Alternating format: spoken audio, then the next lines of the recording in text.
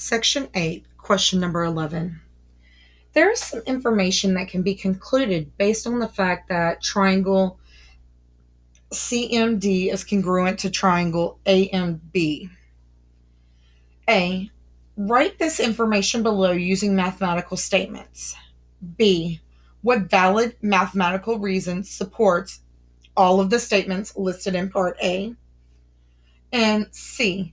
Because the triangles are congruent, the corresponding parts are congruent. This is often referred to as CP-CTC. Corresponding parts of congruent triangles are congruent in proofs. Since these statements have a valid reason, mark them in your diagram. D. Which of the congruent statements from Part A can be used to prove that the fact AB is parallel to DC, and explain your answer? E. Record the relevant statement from Part A in box number 7 on your flowchart and include the reason given in Part B on the line below the box. Again, this time I'm going to give you 5 minutes. 5 minutes to do questions 11A through E. 5 minutes. Go ahead, pause your video now. To start off with question number 11's answers, I said MBA is congruent to MDC, MAB is congruent to MCD, and AB is congruent to DC.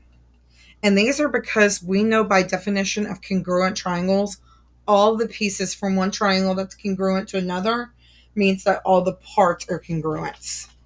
I marked these as such. I did a double arc in these corners, a triple arc in these corners, and a triple hash on these sides. Over here in statement or question D, it asked us to state that which part from A can be used to prove that these lines are parallel. Well, I said if MBA is congruent to MDC, that means that the lines have to be parallel because alternate interior angles are congruent. And I've placed that in box 7 and given the reason underneath to justify.